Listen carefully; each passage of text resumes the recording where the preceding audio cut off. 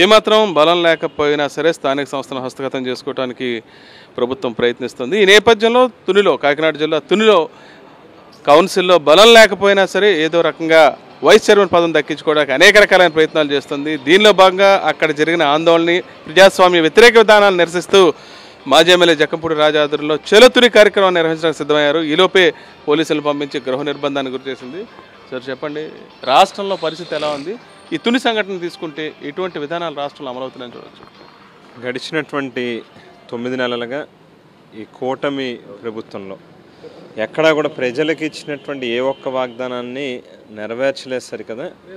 నిత్యం ఏదో రకమైనటువంటి ఒక లా అండ్ ఆర్డర్ ప్రాబ్లమ్ని వాళ్ళే క్రియేట్ చేస్తూ వైఎస్ఆర్ కాంగ్రెస్ పార్టీ నాయకుల మీద, కార్యకర్తల మీద దాడులకి తెగబడతా ఉన్నటువంటి పరిస్థితి స్పష్టంగా కనిపిస్తాం. ముఖ్యంగా ఏదైతే డాక్టర్ బాబాసాహెబ్ అంబేద్కర్ గారు భారతదేశానికి ఒక గొప్ప రాజ్యాంగాన్ని ఇచ్చారో ఆ రాజ్యాంగాన్ని పూర్తిగా పక్కకి నెట్టేస్తూ వేరొక కొత్త రాజ్యాంగాన్ని, వీళ్ళు ఏదైతే రెడ్ బుక్ రాజ్యాంగాన్ని తీసుకొచ్చి ఈవేళ ప్రజల మీద రుద్దేటటువంటి కార్యక్రమం చేస్తూ ఉన్నారు. ఇవన్నీ కూడా చాలా దగ్గర నుంచి ప్రజలు గమనిస్తూ ఉన్నారు. ఏదైతే మీరు ఎన్నికలకు ముందు చెప్పారు, ఈవేళ మీ ప్రవర్తన ఎట్లా ఉంది, ఏదో అధికారం అనేటువంటిది మీకు శాశ్వతం అన్నట్టుగా మీరు చేస్తూ ఉన్నటువంటి ఈ అరాచకాలన్నింటినీ కూడా ప్రజలు గమనిస్తూ ఉన్నారు. ఈవేళ ముఖ్యంగా స్థానిక సంస్థలు ఏదైతే మనం చూస్తే మొత్తం రాష్ట్రం మొత్తం మీద ఆవేళ ఎన్నికల నియమావళిని పాటిస్తూ ప్రజాస్వామ్య పద్ధతిలో ప్రజలచే ఎన్నుకోబడినటువంటి కౌన్సిలర్లు కావచ్చు, చైర్మన్లు కావచ్చు, లేకపోతే ఎంపీటీసీలు, జడ్పీటీసీలు కావచ్చు, వీళ్ళందరినీ కూడా ఎక్కడికక్కడ ఈవేళ తెలుగుదేశం పార్టీకి సంఖ్యాపరమైనటువంటి బలం లేనప్పటికీ కూడా పూర్తిగా వాళ్ళు అనుకున్నదే చెయ్యాలి అన్నట్టుగా ఎక్కడికక్కడ వాళ్ళు చేస్తూ ఉన్నటువంటి తీరు గమనిస్తూ ఉన్నారు. ఇవాళ ముఖ్యంగా తుని నియోజకవర్గాన్ని మనం గమనిస్తే కనుక తుని మున్సిపాలిటీలో దాదాపుగా 30 కౌన్సిలర్లు ఉంటే 30కి 30 కనీసం ఒక్కటి కూడా తెలుగుదేశం పార్టీ మ్యాండేట్ మీద, వాళ్ళ బీఫామ్ మీద గెలిచినటువంటి ఒక్క కౌన్సిలర్ కూడా లేనటువంటి పరిస్థితుల్లో ఇవాళ అసలు ఏ రకంగా ఏ బలం ఉందని చెప్పి అసలు కనీసం మీకు ప్రాతినిధ్యమే లేనటువంటి చోట మీరు వైస్ చైర్మన్ గురించి నో కాన్ఫిడెన్స్ పెట్టాలో లేకపోతే ఎలక్షన్లు పెట్టించడాలో చేసేటటువంటి కార్యక్రమం చేస్తూ ఉన్నారు. అంటే ఎక్కడికి దారి చేస్తూ ఉన్నారు? మనం అసలు ఆంధ్ర రాష్ట్రంలోనే ఉన్నామా, భారతదేశంలో ఉన్నటువంటి రాజ్యాంగంలోనే బ్రతుకుతూ ఉన్నామా అనేటువంటిది ఒక ప్రశ్నార్థకంగా మారేటటువంటి పరిస్థితి కనిపిస్తూ ఉంది. నిన్నటి రోజు ఓ మాజీ మంత్రి దాడిశెట్టి రాజా గారి మీదే డైరెక్ట్గా అటాక్ చేయడానికి, ఆయన మీద భౌతికంగా దాడి చేసేటటువంటి ప్రయత్నం చేస్తూ ఉన్నారని అంటే ఎక్కడికి వెళ్ళిపోతూ ఉన్నారు? అసలు ఒక మాజీ మంత్రి మీద ఈ రకంగా మీరు ప్రవర్తన చేస్తే అసలు ఒక సామాన్యుడు ఏ రకంగా ఈవేళ జీవించగలిగేటటువంటి పరిస్థితి ఉందనేటువంటిది ఖచ్చితంగా అందరిలోనే ఉత్పన్నం అవుతూ ఉన్నటువంటి ఒక ప్రశ్న.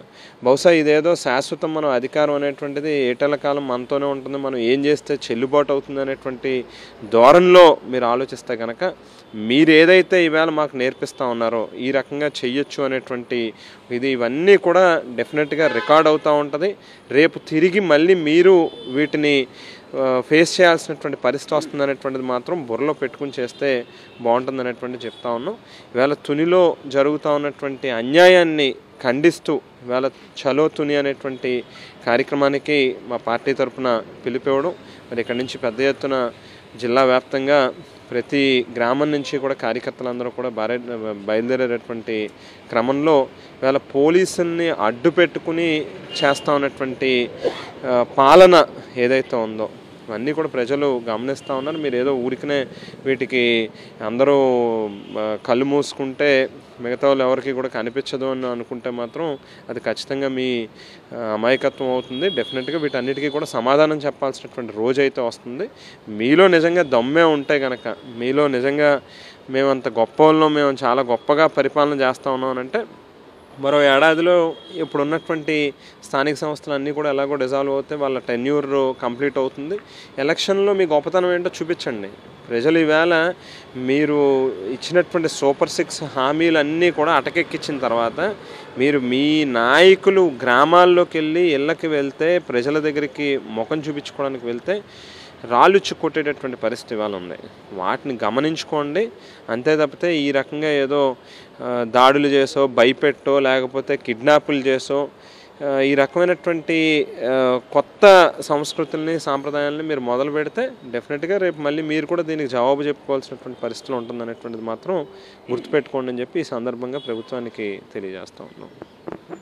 ప్రజాస్వామిక విధానాలను అవలంబిస్తే ఖచ్చితంగా ప్రభుత్వం ప్రజలకు బాధ్యత వహించాల్సి ఉందని ఖచ్చితంగా సమాధానం చెప్పాల్సిన రోజైతే దగ్గర ఉందని చెప్తున్నారు. ఇప్పుడు ఏదైతే తునిలో జరిగిన సంఘటన ఉందో ప్రజాబలంతో గెలవాలే తప్ప ప్రభుత్వం అధికార మతంతో గెలిస్తే ఏమాత్రం ఉపయోగం ఉండదన్న విషయాన్ని జక్కపూడి రాజా స్పష్టం చేస్తున్నారు. రాజమండ్రి నుంచి Vijay Harish for Sakshi news.